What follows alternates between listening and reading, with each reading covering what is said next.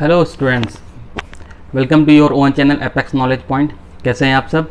Hope you are doing well. Students, आज का हमारा टॉपिक है एटॉमिक स्ट्रक्चर का लेक्चर नंबर 5।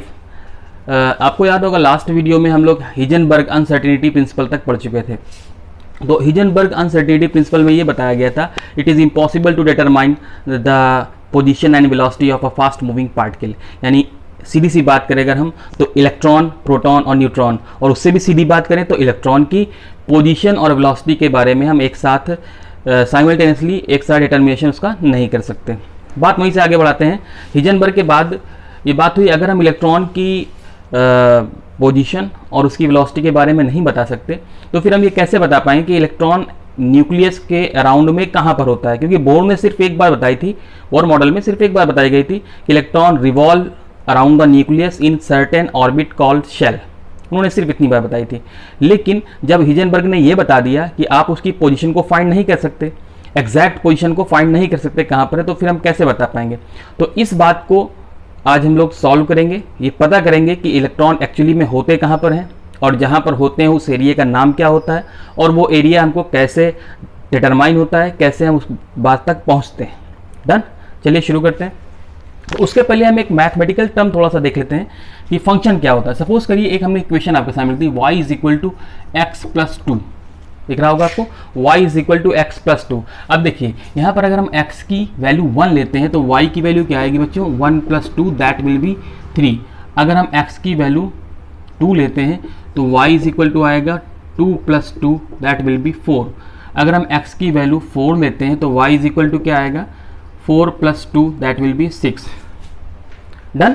यानी जो y की वैल्यू है वो किस पर डिपेंड कर रही है, x पर, x पर, x पर। तो हम इसको ये बोलेंगे कि y is a function of x। क्या बोलेंगे बच्चों, y is a function of x। तो ये बात थी मैथमेटिक्स की। थोड़ी सी मैथमेटिक्स इसमें इन्वॉल्व होती है। तो आज हम लोग ये बात देखेंगे कि श्रोडिंगर, एक साइंटिस्ट हुए श्रोडिंगर, इरविन श्रोडिंगर। हम अपनी बात यहीं से शुरू करेंगे, श्रोडिंगर वेव इक्वेशन से। श्रोडिंगर वेव इक्वेशन, उन्होंने भी अपना एक ऐसा मैथमेटिकल फंक्शन बनाया और कहा कि जब आप उस फंक्शन को सॉल्व करोगे, एक और बात, जब इसको आप सॉल्व करोगे बच्चों तो यहाँ पर y की वैल्यू मिलेगी आपको, ठीक है, y की वैल्यू मिलेगी, और x की कुछ वैल्यूज़ के लिए y की वैल्यू, जैसे भी हमने बताया था आपको, x की वैल्यू 2 रखे थे तो y की वैल्यू कितनी आई थी, 4। यानी x की, for x equal to 2 y is equal to 4। ठीक है, ऐसा ही फंक्शन श्रोडिंगर ने दिया था। श्रोडिंगर के फंक्शन को बोलते थे h psi is equal to e psi।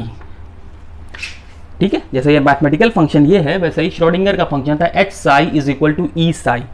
What is psi over here, तो psi इज कॉल्ड, साई क्या है यहाँ पर, साई है वेव फंक्शन। साई क्या है यहाँ बच्चों, वेव फंक्शन। तो श्रोडिंगर ने कहा कि एक फंक्शन होता है h psi is equal to E psi. ये h क्या है, h कैप बोलते हैं एक्चुअली इसको। तो यहाँ पर जो h है वो हैमिल्टोनियन ऑपरेटर है। h को क्या बोलेंगे, where h is called Hamiltonian operator. तो जब हम इस इक्वेशन को, जो हैमिल्टोनियन ऑपरेटर है, उसको हम ऐसे लिख सकते हैं, D square upon D X square, ये पार्शियल होता है psi, plus D square psi upon D square Y, plus D square psi upon D square Z. ऐसे बनाइएगा क्योंकि ये पार्शियल डिफरेंशिएशन होता है, ठीक है। और प्लस ये हो गया आपका, ठीक है, plus 8 pi square M upon H, 8 pi square M upon H is equal to, H square is equal to E minus V, और सॉरी इसी में लिख लेते हैं ई माइनस, ठीक है, वी और साई इज इक्वल टू 0। तो देखिए ये आपका जो इक्वेशन है ये था श्रोडिंगर का वेव इक्वेशन। तो या कह लीजिए ये था श्रोडिंगर का वेव इक्वेशन, उसको हम एक्सपेंड करेंगे तो ये आया। तो जैसे यहाँ पर y is a function of x, ऐसे यहाँ पर कहेंगे psi is a function of, यानी psi is a function of psi में लिखा है, या हम कह सकते हैं कि psi is a function of x y z. Done. ये एक्स वाई जेड क्या है, कोऑर्डिनेट्स हैं जो उनकी एक्सिस हैं। तो इतनी सी बात आपको समझना है कि श्रोडिंगर वेव इक्वेशन ये होता है। और जब श्रोडिंगर वेव इक्वेशन को हम सॉल्व करके आते हैं तो श्रोडिंगर वेव इक्वेशन जैसे अभी हमने आपको बताया कि जो ये y is equal to F X था, यहाँ पर वैल्यूज आती थी x और y की, वैसे जब इसको सॉल्व करेंगे तो यहाँ पर वैल्यूज आएंगी साई की। इसकी वैल्यू आएंगी साई की। साई क्या है, ये वेव फंक्शन। और ये साई को अगर हम स्क्वायर कर दें और इसका मॉड ले लें, यानी कि ओनली पॉजिटिव, यहाँ पे क्या कहेंगे हम, ओनली पॉजिटिव वैल्यू, तो फिर क्या होगा, तो जो ये साई स्क्वायर है ये हमको देगा probability of electron around the nucleus. ये जो साई स्क्वायर है ना, ये क्या देगा, it give probability of finding electron. यानी कि हिजनबर्ग ने ये कहा था जब आप डिसाइड कर ही नहीं सकते कि इलेक्ट्रॉन कहाँ पर उसकी पोजीशन है, तो फिर आपके पास सिर्फ एक ऑप्शन बचेगा कि आप उसकी प्रोबेबिलिटी फाइंड करें, प्रायिकता फाइंड करें, पॉसिबिलिटी फाइंड करें कि इलेक्ट्रॉन है कहाँ, और वो कौन देगा हमको, Sai square, the mod of Sai square. और साई क्या है, Sai is the wave function. ये ध्यान रखिएगा अभी, Sai is the wave function in Schrodinger wave equation. आपको थोड़ा बहुत श्रोडिंगर की वेव इक्वेशन भी याद रखना है। Del square psi upon del square, del square psi upon del square Y, del square psi upon del square Z plus 8 pi square M upon H square E minus V psi. अच्छा, ये ई क्या है, ई जो है ये energy of electron है, ध्यान रखिएगा, एनर्जी ऑफ ऑर्बिटल है। वी जो है आपकी पोटेंशियल एनर्जी है। डन हो रही बात। और जो ये आपका z और x y है, ये क्या है आपके कोऑर्डिनेट्स। इसको ऐसे ही एज इट इज़ आप नोट कर लीजिए, बहुत ही इंपॉर्टेंट इसकी इक्वेशन है। भले 11th क्लास के लिए इतना रिलेवेंट ना हो, लेकिन आपको पढ़ना है, इसको अच्छी तरह पढ़ना है, क्योंकि यहीं से ही आपका पता चलता है कि ऑर्बिटल कहाँ से आते हैं, एराइज कहाँ से हुए ऑर्बिटल कहाँ से आते हैं, ये बात आपको यहाँ से पता चलती है। और दूसरी बात ये कि क्वांटम नंबर क्या होते हैं वो भी आपको यहीं से पता चलेंगे। आज के टॉपिक में हम क्वांटम नंबर को भी आगे एक्सपेंड करेंगे। ठीक है, तो ये श्रोडिंगर वेव इक्वेशन थी। Schrodinger wave equation wave function को डिफाइन करती है। वेव फंक्शन की जो वैल्यूज होती हैं उसी को एटॉमिक ऑर्बिटल बोलते हैं। एटॉमिक ऑर्बिटल, ध्यान रखिएगा, जो एटॉमिक ऑर्बिटल कहाँ से निकल के आता है, ये साई फॉर वन इलेक्ट्रॉन। अगर एक इलेक्ट्रॉन की लिए वेव फंक्शन की जो वैल्यू होती है भाई उसका एटॉमिक ऑर्बिटल होता है। और जो साई स्क्वायर होता है ये क्या होता है, ये प्रोबेबिलिटी ऑफ फाइंडिंग इलेक्ट्रॉन होती है। ठीक, तो अगर हम बात करें कि ऑर्बिटल क्या होते हैं, तो ऑर्बिटल की डेफिनेशन अगर देखें तो हम ये कहेंगे, लिख लीजिए, ऑर्बिटल क्या होगा, तो द थ्री डायमेंशनल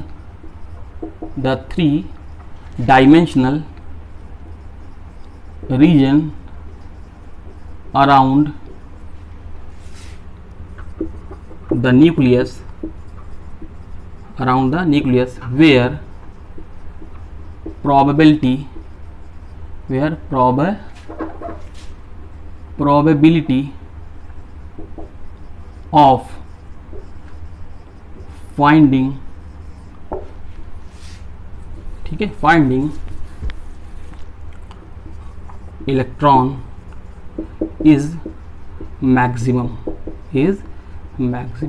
ये आपकी ऑर्बिटल की डेफिनेशन हो गई। बहुत ही सिंपल सी डेफिनेशन है जो कि हम श्रोडिंगर वेव इक्वेशन के अकॉर्डिंग दे रहे हैं। The three dimensional region around the nucleus where the probability of finding the electron is maximum, यानी कि न्यूक्लियस के अराउंड का थ्री डायमेंशनल वो एरिया जहां पर किसी भी इलेक्ट्रॉन के पाए जाने की प्रोबेबिलिटी मीन्स पॉसिबिलिटी सबसे ज्यादा होती है, उसी को बोलते हैं हम लोग क्या, एटॉमिक ऑर्बिटल। और ये डिपेंड कौन करता है, ये किससे डिनोट करते हैं, तो साई क्या है, फिर बता देते हैं आपको, वेव फंक्शन। साई क्या है, वेव फंक्शन, यही होता है एटॉमिक ऑर्बिटल की वैल्यू देता है साई। और जो Sai square mod of Sai square होता है ये आपका ऑर्बिटल होता है। आप कंफ्यूज हो रहे हैं, सर कह रहे हैं कि वेव फंक्शन होता है ये, तो आप ये दीजिएगा कि साई एक इलेक्ट्रॉन के लिए एटॉमिक ऑर्बिटल होगा और उसकी जो प्रोबेबिलिटी है कि कहाँ पर इलेक्ट्रॉन है वो Sai square mod of Sai square से पता चलेगा, एटॉमिक ऑर्बिटल। ठीक है, डन हो गई बात आपको। अच्छा, तो ये थी आपकी श्रोडिंगर वेव इक्वेशन। अब आगे चलते हैं कि ऑर्बिटल अगर आते हैं तो ऑर्बिटल तो इसकी वैल्यू आ गई इसकी वेव फंक्शन की जो वैल्यू आएगी वो आपको ऑर्बिटल देके जाएंगे। तो देखते हैं ऑर्बिटल होते कितने टाइप के हैं। ठीक है, ऑर्बिटल होते कितने टाइप के हैं। तो देखिए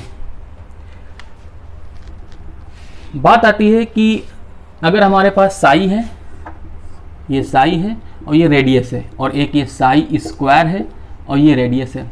Sai means wave function, R means radius, psi square means probability of finding the electron या प्रोबेबिलिटी कह ले, और जब इनके बीच, और ये रेडियस, जब इनके बीच में ग्राफ आता है तो ये ग्राफ कुछ इस तरह से होता है।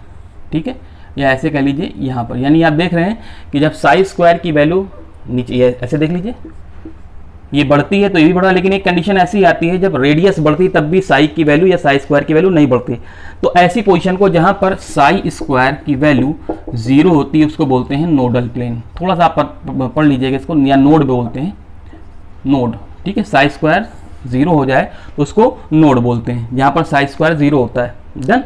तो यहीं से हमको ये समझ में आता है कि एटॉमिक ऑर्बिटल में नोड का क्या क्राइटेरिया होता है। ठीक है, अच्छा इसको थोड़ा सा आगे ना बढ़ाते हुए आप ये समझ लीजिए कि ऑर्बिटल हमारे 4 टाइप के होंगे ऑर्बिटल। ठीक है, सबसे पहले आपका होगा एस ऑर्बिटल।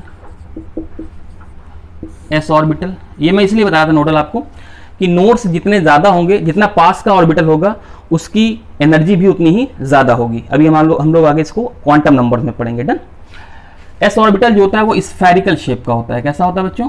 स्फेरिकल शेप का, यानी कि इस पे स्फेरिकल शेप का। जो पी ऑर्बिटल होता है, पी ऑर्बिटल होता है डंबल शेप का। डंबल शेप आप देखते हैं, ये डंबल शेप। तो पी ऑर्बिटल 3 टाइप के हो जाते हैं, पी एक्स जो कि एक्स एक्सिस में होता है, या फिर पी वाई,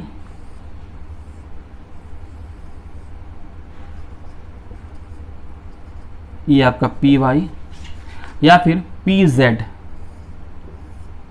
ठीक है, कहीं पे भी आप बना दीजिए, पी जेड मीन्स वो इस टाइप से होगा। तो एस ऑर्बिटल स्फेरिकल होता है, पी ऑर्बिटल डंबल शेप का होता है, P X, P Y, P Z. अच्छा, मेन इंफेसिस आपको देना है डी ऑर्बिटल्स के लिए। डी ऑर्बिटल्स जो होते हैं वो 5 टाइप के होते हैं। डी ऑर्बिटल 5 टाइप के होते हैं। सबसे पहला होता है, छोटा सा बना लेते हैं। ठीक है, सबसे पहले होता है D X square, sorry D X Y, D X Y. तो आप एक्स वाई ऐसे देख लीजिए, ये एक्स और वाई, ये जेड जो एक्सिस है वो ऐसे है। ठीक है, तो ये एक्स और ये वाई। इसी तरह से वाई जेड होता है, ये वाई है, ये जेड है।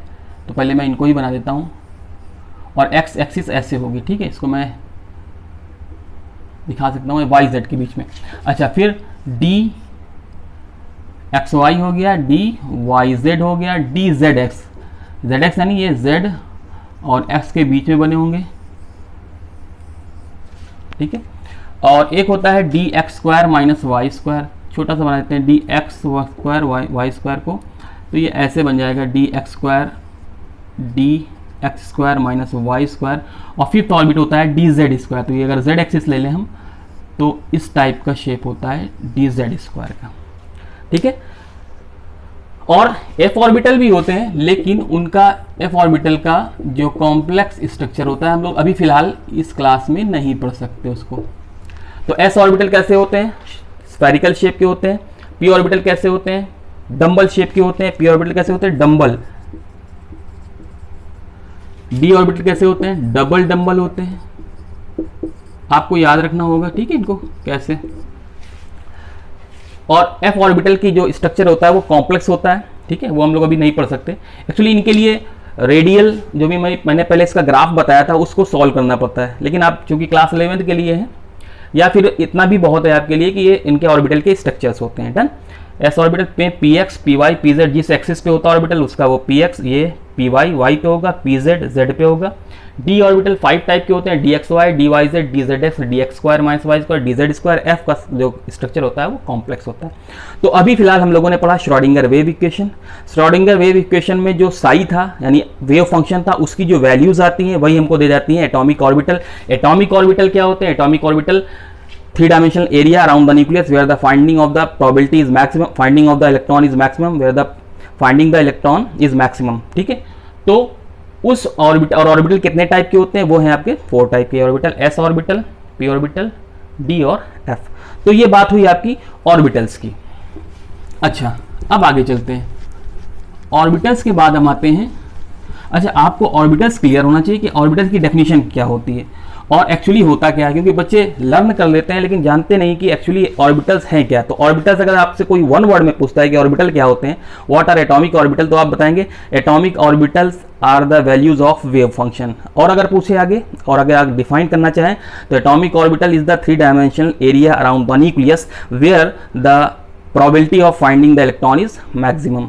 ये कहाँ से आता है, तो ये श्रोडिंगर वेव इक्वेशन के जो वेव फंक्शन है या आइगेन फंक्शन है उसको सॉल्व करने से आता है। डन। आइए आगे नेक्स्ट टॉपिक में हम लोग बढ़ते हैं, क्वांटम नंबर्स। ये बहुत ही इंपॉर्टेंट टॉपिक है क्वांटम नंबर्स। अच्छा, ये भी बच्चे ऐसे ही एज इट इज पढ़ लेते हैं, लेकिन आपको डीपली पढ़ना है क्वांटम नंबर। जैसे कि हमने जाना कि एटॉमिक ऑर्बिटल क्या होते हैं, ठीक है। अच्छा, ऑर्बिट और ऑर्बिटल में फर्क समझिएगा। Orbits were defined by bore. उन्होंने बोला था जो शेल होती हैं वो ऑर्बिट होती है, जबकि ऑर्बिटल क्या है, ऑर्बिटल और अंदर की चीज है। It is 3 dimensional area around the nucleus. कहीं पर भी इलेक्ट्रॉन हो सकता है, वो जहां पर मैक्सिमम प्रोबेबिलिटी है उसकी, वो एटॉमिक ऑर्बिटल होगा। तो हम बात कर रहे थे क्वांटम नंबर्स की। तो क्वांटम नंबर्स क्या होते हैं, ठीक है। तो न्यूमेरिकल वैल्यूज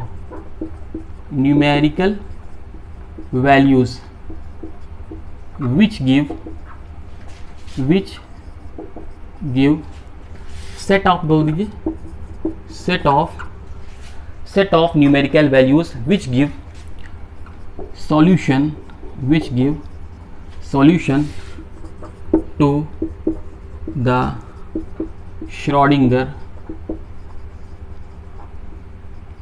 wave equation। यानी कि जब आप श्रोडिंगर वेव इक्वेशन को सॉल्व करेंगे तो साई आएगा, फिर साई की वैल्यूज को सॉल्व करेंगे तो फिर ये नंबर्स आएंगे, सेट ऑफ नंबर्स आएंगे, इन्हीं को बोलते हैं क्वांटम नंबर। या फिर इसकी आप बहुत इजी डेफिनेशन दे सकते हैं क्लास 11th के लिए। ये तो आपके समझने के लिए कि जो न्यूमेरिकल वैल्यू आएंगी किसकी, साई की, numerical value which give solution to the Schrodinger wave equation, यानी साई की जो न्यूमेरिकल्स वैल्यू आएंगे उनको बोलेंगे हम लोग क्वांटम नंबर्स। अगर आप और डेफिनेशन दे सकते हैं इजी, तो सीधी डेफिनेशन में इसको हम ऐसे बता सकते हैं कि the numbers which tell about the energy, shape, orientation of atomic orbital are called, क्या कहते हैं, quantum numbers, are called quantum numbers. तो ये डेफिनेशन भी आपकी ठीक रहेगी। वैसे आपको ये डेफिनेशन बताती है, कॉन्सेप्ट बताती है कि इस डेफिनेशन के अकॉर्डिंग कि क्वांटम नंबर्स होते क्या हैं। यह डेफिनेशन आपको ये बताती है क्वांटम नंबर बताते क्या है, कहते क्या है, ठीक, क्यों इंपॉर्टेंट है। तो क्योंकि क्वांटम नंबर्स में क्या बताते हैं, एनर्जी बताते हैं किसकी, एटॉमिक ऑर्बिटल की, शेप बताते हैं किसकी, एटॉमिक ऑर्बिटल की, ओरिएंटेशन बताते हैं, स्पेशल अरेंजमेंट किसका, एटॉमिक ऑर्बिटल का। एक और बात, स्पिन भी बताते हैं, लेकिन वो किसकी, इलेक्ट्रॉन की, वो अभी हम लोग आगे पढ़ेंगे। तो ये डेफिनेशन आप इसको नोट कर लीजिए, बहुत ही आपकी बहुत ही ईजी और बहुत ही कॉन्सेप्चुअल डेफिनेशन है, इनको आप जरूर नोट कर लीजिए। चलिए अब हम लोग आगे पढ़ते हैं कि how many types of quantum numbers are there and what they tell about the atomic orbital. कितनी तरह की क्वांटम नंबर होती हैं और वो क्या बताती हैं हमको किसी भी एटॉमिक ऑर्बिटल के बारे में। डन। चलिए सबसे पहला जो वैल्यू आता है हमारे पास वो होता है principal quantum number, principal quantum number. Done. इसको n से डिनोट करते हैं, किससे डिनोट करते हैं, n से। ये क्या बताता है, पहली बात तो ये बताता है energy of orbital, energy of orbital. दूसरी बात ये क्या बताता है, दूसरी बात ये बताता है साइज ऑफ ऑर्बिटल, ध्यान रखिएगा, साइज ऑफ ऑर्बिटल, ठीक है। और तीसरी जो सबसे इंपॉर्टेंट बात है कि ये क्या बताता है, ये आपको ये बताता है कि शेल ऑफ इलेक्ट्रॉन, ध्यान रखिएगा, शेल ऑफ इलेक्ट्रॉन, यानी इलेक्ट्रॉन की शेल में है, इस बात को की जानकारी ये प्रिंसिपल क्वांटम नंबर देता है। कैसे, देखिए सपोज करिए अगर आप n इक्वल टू 1 लेते हैं तो जो आपकी शेल होगी वो होगी k शेल। अगर n यानी क्वांटम नंबर की वैल्यू 2 है तो फिर शेल कौन सी होगी l, n is equal to 3 है तो शेल कौन सी होगी m, n is equal to 4 है तो शेल कौन सी होगी n, n इक्वल टू 5, 6, 7, 8, बहुत सारी शेल होती है। मैंने एक वीडियो में बताया भी था आपको कि क्लास में कि नंबर ऑफ शेल ऐसा नहीं केवल 4 होती हो, क्योंकि मल्टी इलेक्ट्रॉन सिस्टम है, 120 एलिमेंट हमारे पास है, एटॉमिक नंबर 120 तक है, इसका मतलब वहाँ पर शेल और होंगी, बहुत सारी शेल होती है। फिलहाल आप ये समझ लीजिए कि जो quantum number principal quantum number होता है वो हमें किस बात को की जानकारी देता है, इलेक्ट्रॉन के शेल की और ऑर्बिटल की एनर्जी एंड शेप की। डन। दूसरी जो क्वांटम नंबर होती है वो हमारी है, ठीक है, इसको मैं ऐसे लिख देता हूँ, n इज इक्वल टू 1 के लिए k shell, n is equal to 2 के लिए l shell, n is equal to 3 के लिए m shell, n is equal to 4 के लिए n शेल। ठीक है। अच्छा, दूसरी क्वांटम नंबर पे आते हैं जिसको हम लोग बोलते हैं एजीमूथल, एजीमूथल क्वांटम नंबर। इसको हम लोग L से डिनोट करते हैं। किससे डिनोट करते हैं बच्चों? L से डिनोट करते हैं। अच्छा, ये क्या बताती है? तो सबसे पहली बात ये बताती है shape of orbital, shape of orbital, यानी it tells about the shape of the orbital. दूसरी बात ये क्या बताती है? एक शेप ऑफ ऑर्बिटल हो गई और इसकी वैल्यू है ना, इट डिपेंड ऑन n, यानी इसकी जो वैल्यूज होती हैं वो किस पे डिपेंड करती हैं? n पर, यानी प्रिंसिपल क्वांटम नंबर पे डिपेंड करती हैं। कैसे? जैसे सपोज करिए number of values of l is equal to होता है formula n, number of values of n कितने, l कितनी आएंगी l, and the values are, and the values are कहाँ क्या होंगी? 0 to n minus 1, 0 to n minus 1। ये आप दो चीज़ें बहुत ही इंपॉर्टेंटली नोट कर लीजिए इसको, कि हमको ऐसे ही पढ़ना है जैसे ये लिखा हुआ है। Number of value of l कितनी होती है? n, और and the values are 0 to n minus 1। इसको समझते हैं बात को, यहाँ पे आ जाते हैं। हाँ, यहाँ पे देखिए, सपोज करिए आपकी n इज इक्वल टू 2 है, n इक्वल टू 2 है, तो number of values of l कितनी आएंगी? तो नंबर ऑफ वैल्यूज कितनी आएंगी? 2 आएंगी। नंबर ऑफ वैल्यूज कितनी आएंगी? 2। जितना n होता है उतनी वैल्यूज आती हैं। डन। और वैल्यूज होंगी कौन कौन से? तो वैल्यूज होंगी 0 to n माइनस 1, यानी 0 to 2 माइनस 1, यानी 0 to 1, यानी 0 और 1, 0 और 1। तो for n equal to 2, number of values of l, number of values of l कितनी आएंगी? 2। और कौन कौन सी वैल्यू होंगी? 0 एंड 1। और एक बात, जो इनका सबशेल नोटिफिकेशन होता है, ये जब l की वैल्यूज हो जाती हैं तो ये सबशेल बताने लगता है। मैंने बताया दूसरी बात एक ये हो गई, और तीसरी बात जो बताती है ये बताता है सबशेल। क्या बताता है? सबशेल। तो अगर l इक्वल टू 0 है तो कौन सा सबशेल होता है? s सबशेल होता है। कौन सा सबशेल होता है? s subshell. l equal to 1 है तो p सबशेल होगा, l इक्वल टू 2 है तो d सबशेल होगा, l इक्वल टू 3 है तो f सबशेल होगा। ठीक है। तो यहां पर देखिए फॉर n इक्वल टू 2, यानी n इक्वल टू 2 के लिए कौन सा शेल हुआ बच्चों? तो n इक्वल टू 2 के लिए हुआ l शेल। कौन सा शेल हुआ? l shell. और कौन कौन सी वैल्यूज आई l की? n की वैल्यू 2 है तो n क्या बताता है हमको? शेल बताता है। अगर n की वैल्यू 2 है तो कौन सा शेल हुआ? l शेल हुआ। और ये वैल्यूज निकल के आई, ये किसकी वैल्यू है? l की। किसकी वैल्यू है? l इक्वल टू 0 to 1, यानी 0 और 1। तो अगर दो वैल्यू निकल के आई तो हमने बताया l इक्वल टू 0 किसके लिए होता है? s, और l इक्वल टू 1 किसके लिए होता है? p सबशेल के लिए। तो यहाँ पर जो सबशेल आ जाएंगे n इक्वल 2 में, कौन से? l इक्वल टू 0 यानी s, और l इक्वल टू 1 यानी कि p। यानी कि जो सेकेंड शेल है उसमें कितनी सबशेल होती हैं? 2, है ना? कितनी सबशेल होती हैं? 2। कौन कौन सी? 2s और 2p, 2s और 2p। डन। अच्छा, और देख लेते हैं कि अगर n इक्वल टू 3 में अगर हम बात करें कि n इक्वल टू 3, तो कौन सी शेल हुई बच्चों? ये हुई आपकी m shell. n equal to 3 में कौन सी शेल हुई? m shell. अब इसमें देखते हैं कि हमारे पास सबशेल कौन कौन सी आती है। तो हमने बताया आपको कितनी वैल्यूज आएंगी l की? Number of values of l, number of values of L कितनी आएंगी, तो हमने फॉर्मूला बताया आपको, number of values of L कितनी आएंगी, एन, जितना एन होगा यानी कितनी आएंगी 3, कितनी आएंगी 3 वैल्यूज आएंगी। कौन कौन सी होंगी, तो values are L equal to क्या फॉर्म लगाएंगे 0 to n-1 यानी एल इक्वल टू 0 to 3-1 यानी एल इक्वल टू 0 to 2 यानी एल इक्वल टू क्या हो जाएगा 0, 1 and 2, 0, 1 and 2।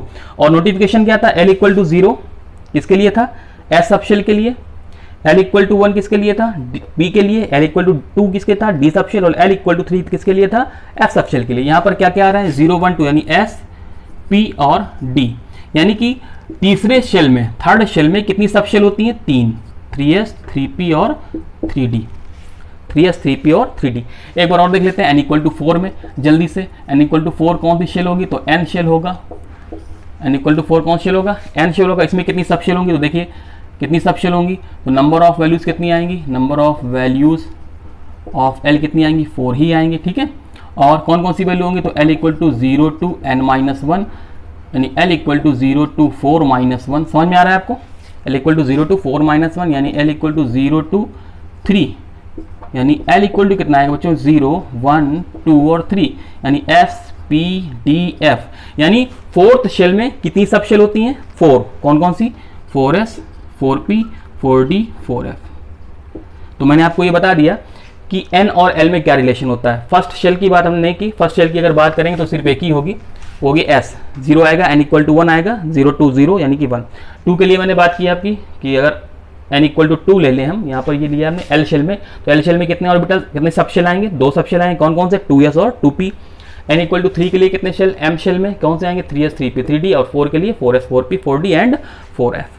तो ये दूसरी क्वांटम नंबर थी जो कि हमको बताती है सबशेल और शेप ऑफ द शेल, ठीक है, शेप ऑफ द शेल और सबशेल। थर्ड की बात करते हैं आप, कि अगर हम थर्ड यानी कि क्वांटम नंबर की बात करें,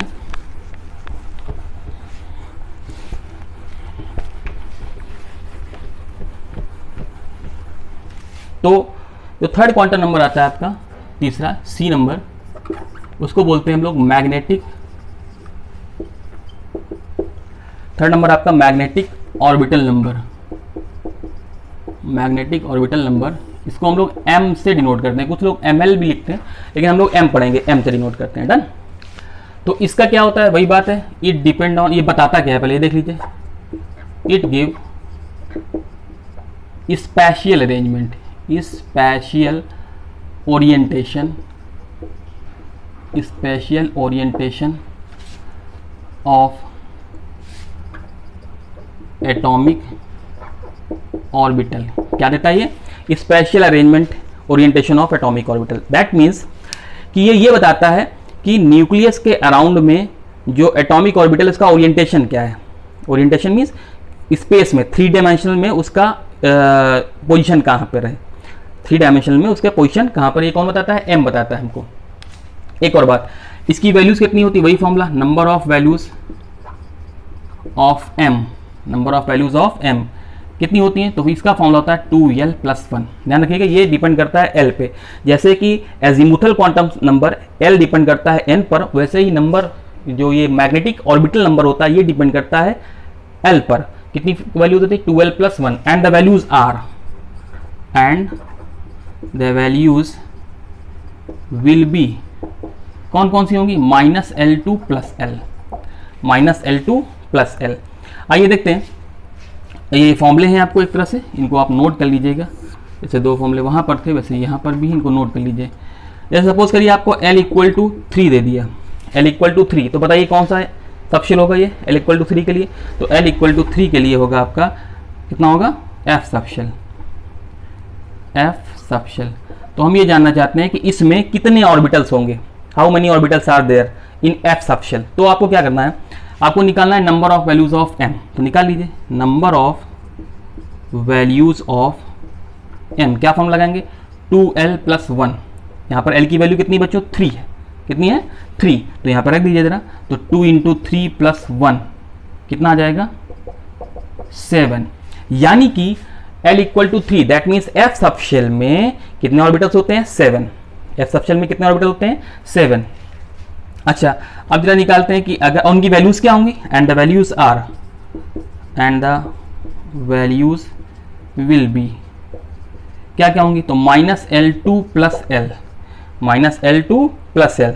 एल की वैल्यू कितनी थी बच्चों, एल की वैल्यू तो 3, यानी कि -3 2 प्लस 3, तो इट विल बी -3 दिख रहा है आपको यहाँ पर, यहाँ से देख लीजिए, यहाँ पे देख लीजिए -3 -2 -1 0 +1 +2 एंड +3। कितने ऑर्बिटल हो गए ये, 7 ऑर्बिटल होंगे, 1 2 3 4 5 6 एंड 7। ये नंबर ऑफ ऑर्बिटल आ गए किसके, L = 3 for F subshell. F subshell में कितने ऑर्बिटल होते हैं, 7। कैसे निकाला हमने, L = 3, तो number of values of M यानी कि ऑर्बिटल कितने होंगे, 12 + 1 यानी 2 × 3 + 1 दैट विल बी 7। और वो वैल्यूज कौन कौन सी होंगी, तो उसके लिए फॉर्मूला क्या है, -L2 प्लस एल यानी -32 + 3। डन। एक और बात, आप +32 -3 भी लगा सकते हैं, यानी फॉर्मूला आप +L2 - L भी ले सकते हैं।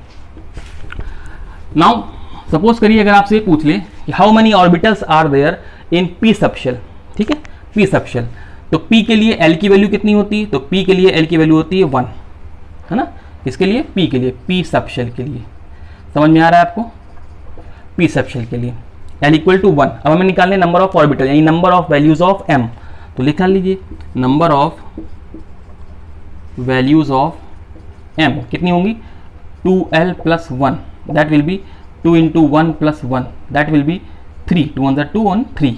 और वैल्यूज क्या होंगी, ये लिखा है and the values will be, and the values are क्या क्या होंगी, -L2 plus L, -L2 plus L, यानी कि L की वैल्यू क्या है बच्चों 1, तो -1 2 + 1 तो कितनी हो जाएंगी, -1 0 एंड +1, तो कितने ऑर्बिटल आएंगे, P में नंबर ऑफ ऑर्बिटल्स कितने हो जाएंगे 3।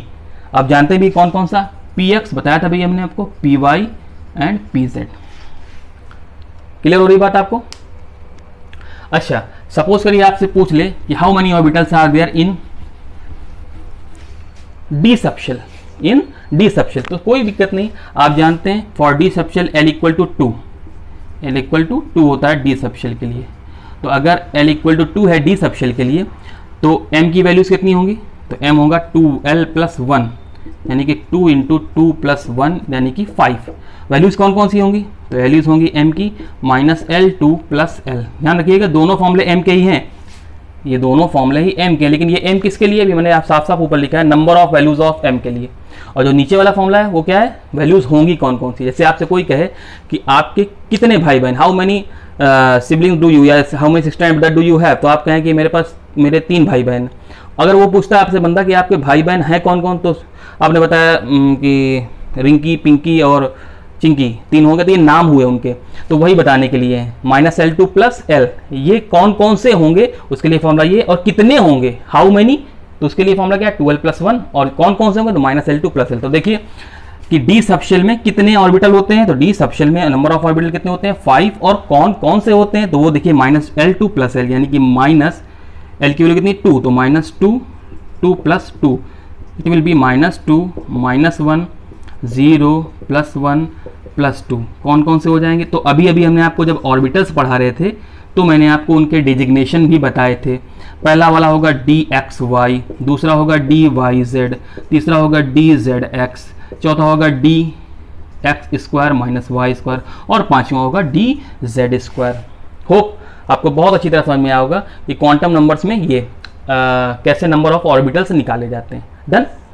अच्छा बात ये हुई, ये तो आपको समझ में होगा मैग्नेटिक ऑर्बिटल नंबर। तो 3 क्वांटम नंबर हम लोग पढ़ चुके हैं। The first one was principal quantum number which tell about the shape and which tell about the energy of the orbital, ठीक है, size of the orbital and also the orbit of the electron, orbit of the electron, shell of the electron. For n = 1 K, for n = 2 L, for n = 3 M, and for n = 4 it was n shell. उसके बाद हम लोगों ने पढ़ा azimuthal quantum number denoted by L। Number of values of L कितनी होती है, n के बराबर होती है। क्या क्या वैल्यूज होंगी 0 to n - 1, वो बताती है हमको सब शेल। सब शेल हमने बता दिया आपको L = 0 1 2 3 S P D F। L = 0 के लिए कौन सा सब शेल होगा S, L = 1 के लिए कौन सा होगा P, L = 2 के लिए कौन सा सब शेल होगा D, L = 3 के लिए होगा F सब शेल। फिर हम लोग आए मैग्नेटिक क्वांटम नंबर पे, यानी मैग्नेटिक ऑर्बिटल क्वांटम। ये क्या बताता है, ये बताता है ऑर्बिटल का ओरिएंटेशन न्यूक्लियस के अराउंड में। हाउ मेनी, और दूसरी बात इनडायरेक्टली अगर बात करें तो how many orbitals are there, कितने ऑर्बिटल्स होंगे। तो how many orbitals are there आप कैसे पता करेंगे, 2l + 1 एंड द ऑर्बिटल के नंबर क्या होंगे, तो वो ऑर्बिटल के नंबर बताएंगे -L2 + L से। ठीक, तो एक क्वांटम नंबर अभी आई, ये 3 क्वांटम नंबर जो है डिस्कवर हो चुकी थी। उसके बाद बात क्या हुई कि आपको याद होगा, यू रिमेंबर जब मैंने आपको पढ़ाया था बोर मॉडल, तो उसमें हम लोग लिमिटेशन ऑफ बोर मॉडल पढ़ रहे थे। तो वहाँ पे स्टार्क इफेक्ट और जीमान इफेक्ट पढ़ा था, यानी कि splitting of spectral lines in presence of electric field and magnetic field called Stark effect and Zeeman effect. तो वहाँ पर स्प्लिटिंग क्यों हुई थी ये बोर नहीं बता पाए थे, तो उसी को बताया जॉर्ज ओलेन ब्लॉक, एक साइंटिस्ट हुए हैं जॉर्ज ओलेन बैक। 1925 में इन्होंने ये बताया कि इलेक्ट्रॉन स्पिन तो करता है, रिवॉल्व तो करता है, कहाँ पे, न्यूक्लियस के अराउंड पे। इलेक्ट्रॉन रिवॉल्व करता है न्यूक्लियस के अराउंड पे, ठीक है, ऐसे। इसके साथ साथ इलेक्ट्रॉन अपनी एक्सिस में भी रिवॉल्व करता है, यानी कि अगर ये इलेक्ट्रॉन है तो वो ऐसे ऐसे करके इलेक्ट्रॉन रिवॉल्व करेगा। ये किसने बताया था, जॉर्ज ओहलेनबॉक ने 1925 में। यानी बिल्कुल ये अपने अर्थ की तरह, अर्थ revolves around the sun, complete its one revolution in 365 days, while it also revolve या rotate around its axis, complete its one rotation in 24 days। ठीक वैसी तरह इलेक्ट्रॉन ऐसे भी रिवॉल्व करता है और अपनी एक्सिस पर रिवॉल्व करता है। जब ये अपनी एक्सिस पर रिवॉल्व करता है तो फिर ये देता है हमको एक स्पिन क्वांटम नंबर। क्या देता है, spin quantum number. Spin quantum number, इसको ms से डिनोट करते हैं कुछ लोग, और मैं इसको s कहता हूं, तो आप भी इसको s ही कह लीजिए, ठीक है। स्पिन क्वांटम नंबर ms या s, ठीक है। ये क्या बताता है, it tell about the spin of electron whether it be clockwise और एंटी क्लॉकवाइज, है ना, यानी ऐसे घूम रहा है या ऐसे घूम रहा है। एक्चुअली यहाँ पर ये भी बात नहीं होती, ये आपको समझाने के लिए फिलहाल, जब आप हायर क्लासेस में जाएंगे तो आप समझ जाएंगे क्लॉकवाइज और एंटी क्लॉकवाइज क्या होता है, होता भी है कि नहीं होता। लेकिन फिलहाल आप ये समझिए कि हाँ, अगर s = +½ है और s = -½ clockwise and anti clockwise, बहुत ज़्यादा मैटर नहीं करता। आपको सिर्फ ये ध्यान रखना है कि +½ और -½ होती हैं फॉर एवरी ऑर्बिटल। जैसे अभी आपने देखा था कि ऑर्बिटल्स मिल रहे थे, तो ऑर्बिटल में 2 इलेक्ट्रॉन होते हैं, ठीक है। उन 2 इलेक्ट्रॉनों में एक की स्पिन प्लस होगी, एक की स्पिन माइनस होगी। तो ये था आपका स्पिन क्वांटम नंबर। आइए इसके कुछ क्वेश्चन देख लेते हैं। जैसे अगर आपसे वो कह दें कि अभी आपको एक्चुअली अबाउ रूल पता नहीं है, स्पिन की कॉन्फ़िगरेशन कैसा होता है, मैं मान लेता हूं कि आपको पता है। सपोज करिए एक क्वेश्चन आता है आपके सामने, क्वेश्चन ये है, find all 4 quantum number for last electron of BE 4BE9 4BE9, ये क्वेश्चन आ जाता है आपके पास। Find all 4 quantum number for the quantum number for last electron of 4BE9। Actually ये तब आएगा आपको जब आपको अबाउ रूल आता होगा, ठीक है। नेक्स्ट वीडियो में हम लोग अबाउ रूल, पाउली का और अबाउ रूल एक साथ पढ़ेंगे, तब मैं आपको ये क्वेश्चन क्वांटम नंबर्स के बताता हूँ। डन, ठीक है। फिर तब तक के लिए आप अच्छी तरह से इसको पढ़िए। क्वांटम नंबर्स और श्रोडिंगर वेव इक्वेशन बहुत ही इंपॉर्टेंट टॉपिक था। यू शुड नो कि what are the orbitals, what are the quantum number exactly. ये नहीं सिर्फ कि नंबर्स क्या होते हैं, क्वांटम नंबर होता है n l m s, no, what are quantum numbers, कहाँ से आए, तो they are the set of numerical values which give the solution to the Schrodinger wave equation. आपका सबका बेस श्रोडिंगर वेव इक्वेशन होगा।